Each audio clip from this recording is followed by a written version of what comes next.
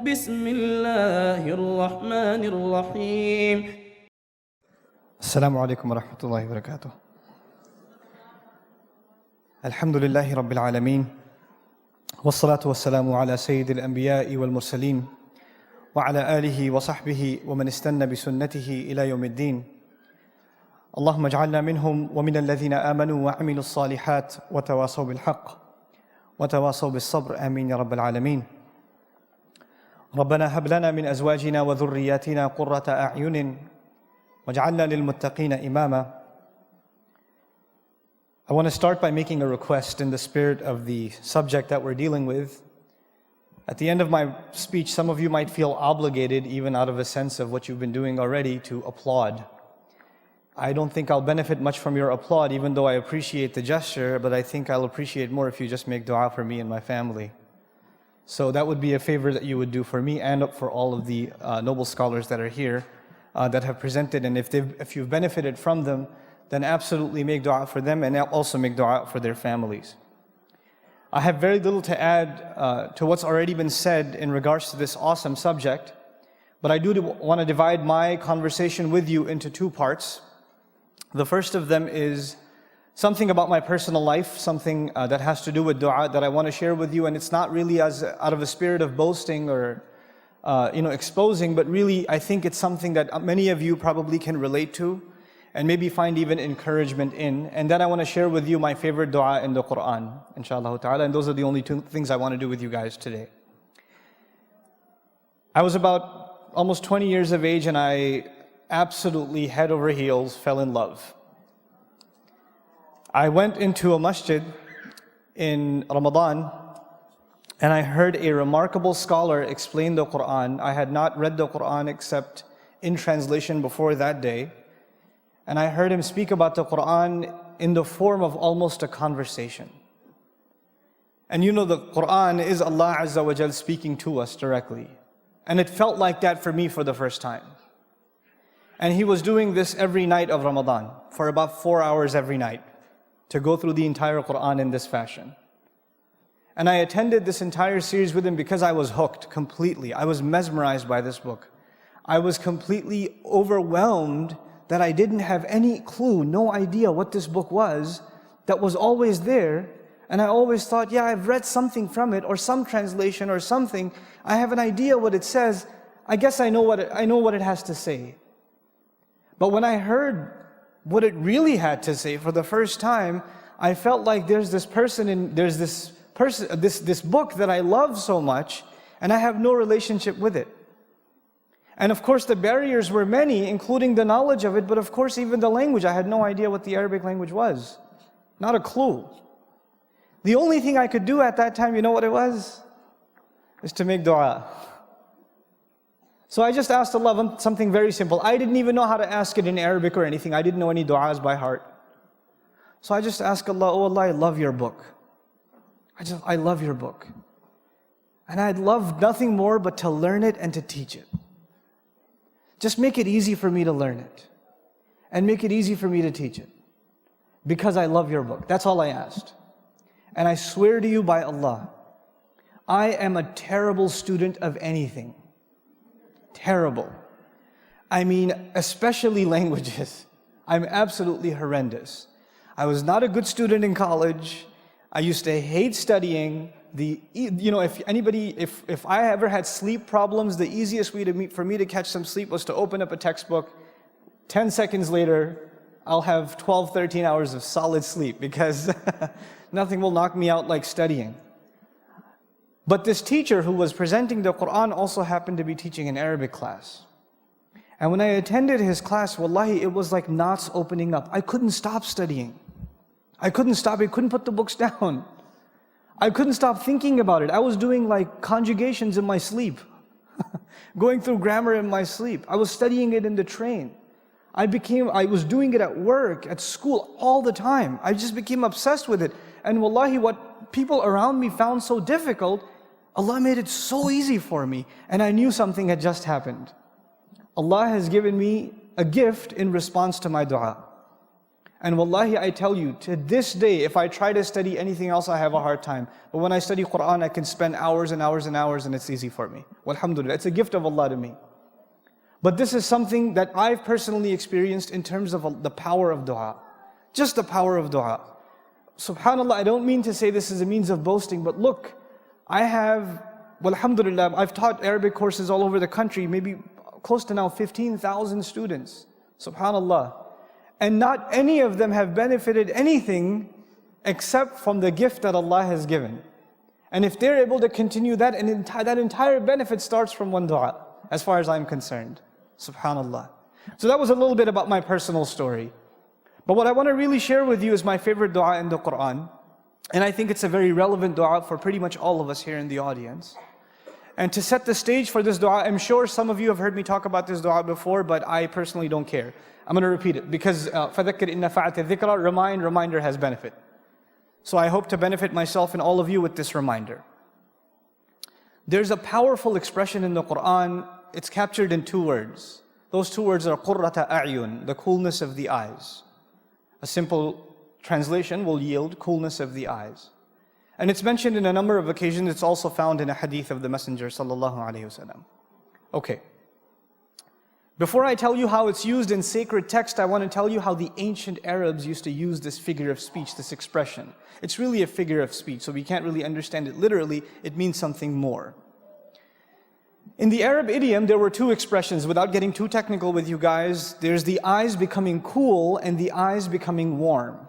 That's the first thing I'd like you to know. The Arabs had 2 figures of speech, the eyes becoming cool and the eyes becoming warm. When somebody is shedding tears of sorrow, they're suffering the worst kind of fate. They are in deep depression and sadness and calamity. Then when you would look at them, the Arab would say at least, his eyes have become warm. One of the worst curses, you can curse upon someone in the Arabic language, in ancient Arabic, أَثْخَنَ اللَّهُ عَيْنَهُ, may Allah make his eyes warm. Means may he suffer the worst kinds of sorrows in his life. The exact opposite is what? The eyes becoming cool. For your sorrows, for your sadness, for your pains to be removed completely, and for you to feel peace and tranquility and joy like nothing else. And I'll give you a simple example of coolness and warmth of the eyes before I continue. Imagine you're at the airport, right? And there are there's a pair of a mother and a son, and another mother and another son.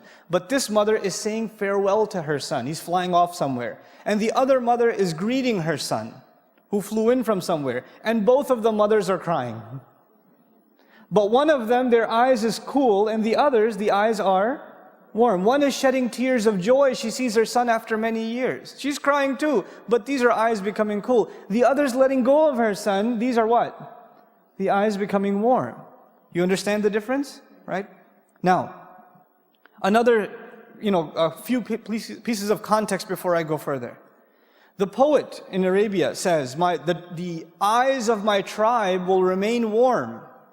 And he's actually an assassin also. Yeah, poets are assassins. It's kind of an Arab thing, I guess. But so he's waiting on a sand dune, waiting to kill the tribe leader that has offended his tribe. And he makes poetry in the meantime. I guess he's got a lot of time. So he says, my tribe's eyes will remain warm until my dagger isn't warm with his blood. In other words, when I kill this guy, then my tribe's eyes will become cool. The rage, the frustration, the humiliation they feel will only disappear upon this guy's death. That's what I'm here to do, to cool the eyes of my tribe. You understand? So it's a means of relieving frustration and anger and ill feelings. That's how in which context it's used. But then there's a final context that I want to share with you in Arabic literature, where this expression is found. It's very beautiful, actually. The Arab used to travel in the desert, and there's a sandstorm.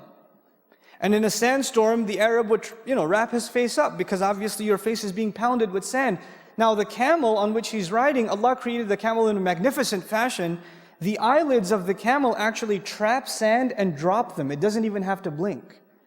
It's got a screen in front of its eyes that captures sand and drops it. We don't have that, that screen system in our eyes, but the camel does. But now the rider, he can't afford to cover his eyes, can he?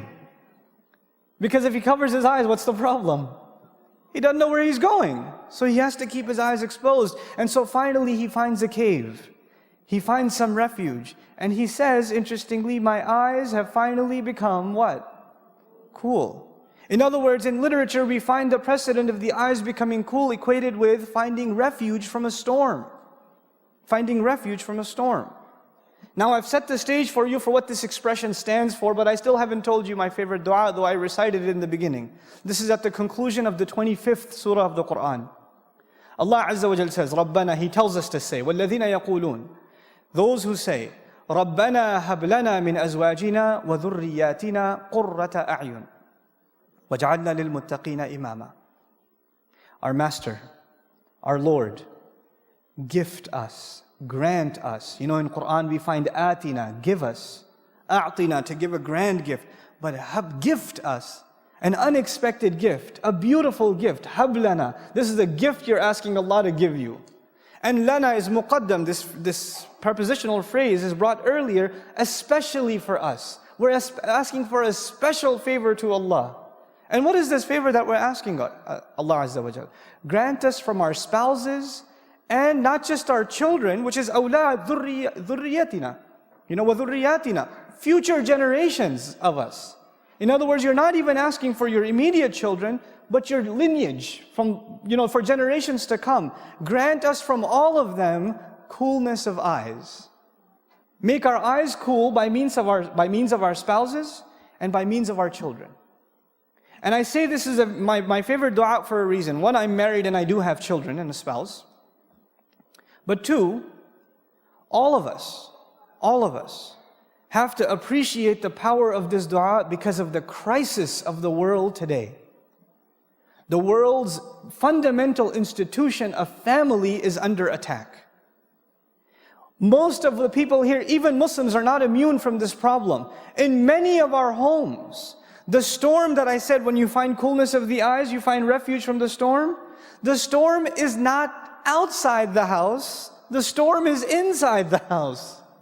And you have to get away from home to get away from the yelling and the screaming and the name calling and the insults and the depression and the sadness and the friction between husband and wife and parent and children. Our homes are broken. Brother is not talking to brother.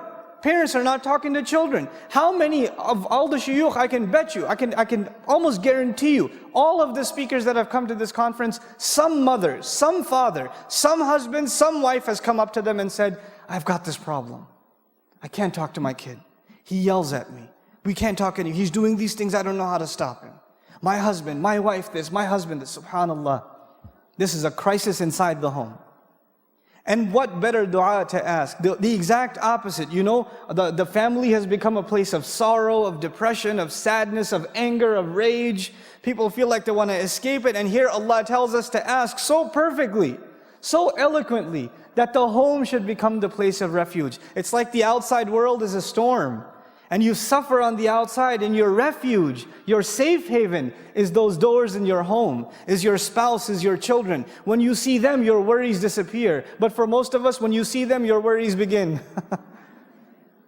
It's the exact opposite. But I want to give you a further appreciation of just this remarkable, beautiful phrase and how it's used in the Qur'an. I want to explain this feeling to you that Allah wants us to have with our families. There's some more elaboration of those feelings. You know, some of the strongest emotion that exists in human existence, the strongest emotion I can think of is the emotion a mother feels for her child.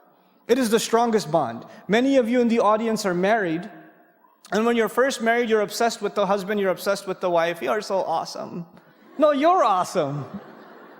How perfect Allah makes the pairs. I can't believe you're my husband. I can't believe you're like all weird in the beginning. Yeah. People look at you funny. You know, the guy's got a goofy smile on his face all the time. Like, you know. And the husband's name is mentioned and she gets shy. You know. 10 years go by. The husband's name is mentioned. Right? But anyway, before that happens, when you have your first child, the husbands will realize this. Already? Okay. All right. The husbands will realize this. You're talking to your wife about something, the baby's in the other room. The husband doesn't even have the ears for this one. The baby just does a little That's it. That's all it does. And guess what happens to the mother? That conversation is over. He was in the middle of telling her how his day went and it was a really important meeting and where are you going? What happened? Spider sense goes berserk and you go in the other room and you pick up the child. Nothing comes between who? Mother and child. Nothing comes between them. It is the strongest bond. Now I'm talking to the mothers in the audience for a second. Can you imagine the state of Musa's mother's heart? She puts her baby in the water. You can't even leave your child outside in the hall. You start calling your husband, where is he? Where is he? Where is he? Have you seen him? Have you seen him? Where is he at? You can't stop. You're 30 minutes late picking your child up from school. What happens to you? You know. I know, because I've been late picking up my kids from school before. So I know what my wife goes through. You didn't make it to the airport in time, right? You haven't seen your kids. You know, even mothers, they're in the home and they can't see the child. Where'd you go? Abdul Kareem, where are you? I'm in the bathroom, Mom, relax, I'm here. But there's this desperate, can you imagine her feeling? She's putting her child in what is apparently certain death, because what's behind is even more graphic. So she's in this desperate situation. Does she know what happened to the child? She does. Can you imagine not knowing what's happening to your child after you know that they're in a dangerous situation? Can you even imagine? Subhanallah. And on the other hand, I want to give you two women's scenarios. On the other hand, and I promise I'll try to finish within 5 minutes, there's another woman who's in a storm. In the same story. She's married to a really bad guy. What's his name? Oh yeah, Fir'aun. And you know, sometimes women are in a difficult domestic situation, and usually in a society like ours, you can call the domestic hotline, you can call the cops if there's abuse, whatever. Now we don't know if there's physical abuse, but the Qur'an certainly indicates psychological abuse, so much so that she has to ask for rescue, right? She's in this terrible marriage and she can't even call the cops. Well, why not? Because he owns the cops. She can't complain to the government because he is the government. She's got nowhere to turn, so the only place she can turn is who? Allah. She's in the middle of this storm and she can't find a refuge. But when this baby washes up, you know what she says? Now think about this. She picks up the child and she says, قُرَّةُ عَيْنٍ لِي. He'll be the coolness of my eye for me. He will be my refuge from the storm. He will be my only source of joy because I'm in the middle of sadness. She's with this child, this motherless woman, this childless woman is with this child now, and all of a sudden all her problems disappear. That's her first reaction to this child. Subhanallah. And on a separate note, she said, Li walak, and that I won't discuss with you, but she separated herself from Fir'aun even in that. He'll be the coolness of my eye for me and even for you. Even to Fir'aun. But she didn't say for us, because she doesn't even associate herself with him. Subhanallah, radiyallahu anha. Now, one more thing. One last thing. Just about this coolness of the eyes. And why this dua is so beautiful and powerful and eloquent. You know, when a mother has lost her child, which in this case she has, and she is reunited with her child. Can you imagine the feeling of a mother whose child was lost and then she was reunited with it? Can you imagine the tears of happiness? Can you imagine that emotion? Now understand how Allah describes that emotion. Allah tells His favor to Musa alayhi salam. He says, فَرَجَعْنَاكَ إِلَىٰ أُمِّكَ كَيْ تَقَرَّ عَيْنُهَا وَلَا تَحْزَنْ. So we returned you to your mother, so her eyes could become cool. So her eyes would, Allah is describing the most amazing joy, the most amazing relief, the most indescribable feeling in the heart of a mother. And what expression does He use? The coolness of the eyes, to depict that powerfully. And so we ask Allah, give us from our spouses and our children coolness of eyes.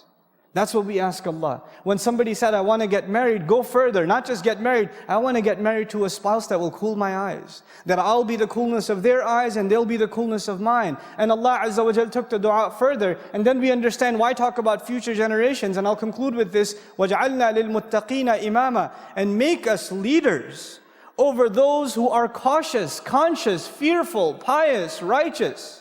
Those who are fearful before Allah. And you know what that makes you realize? It makes you realize your relationships right now aren't just about you. You're setting a precedent in your family for generations to come. So when you are not acting as good husbands and good wives and good parents and good children, what are your future generations going to be doing? And who's going to be answerable for that negative trend that was started by you? Who's going to be answerable for that? So it's an intelligent dua that we should find coolness of the eyes, not only in our immediate family, but the future generation should be people that are righteous too. Because when we're raised on Judgment Day, we are imam over the entire family, whether they were messed up or not. So we better ask for the kinds of people, if they're underneath us, not those who are dragging us down on Judgment Day, but those who are elevating us. And we beg Allah that He give all of us those kinds of families. So the biggest favor you can do to me and the scholars here, because none of us are immune from this. This dua is something you and I, everyone, every Muslim, and this is even something that non-Muslims need today. They have no peace in their families. So I beg all of you sincerely that we all make this sincere dua to Allah. Yes, I know time's up, 0 minutes. Yeah, 0 minutes, really nice. رَبَّنَا هَبْ لَنَا مِنْ أَزْوَاجِنَا وَذُرِّيَّاتِنَا قُرَّةَ أَعْيُنٍ وَجَعَلْنَا لِلْمُتَّقِينَ إِمَامًا. I sincerely pray that Allah Azza wa Jal gives all of us and makes from our spouses and our children those that are the coolness of our eyes, and that He makes us an imam, a leader over those that are pious and righteous. May Allah forgive all of our shortcomings, accept all of our dua, and make the means of our forgiveness easy upon us. But this is once again at the end of Surah Al-Furqan. Barakallahu li wa lakum fil Qur'an al-Hakim wa nafa'ni wa iyyakum bil ayat wa dhikr al-Hakim. Wassalamu alaikum wa rahmatullah.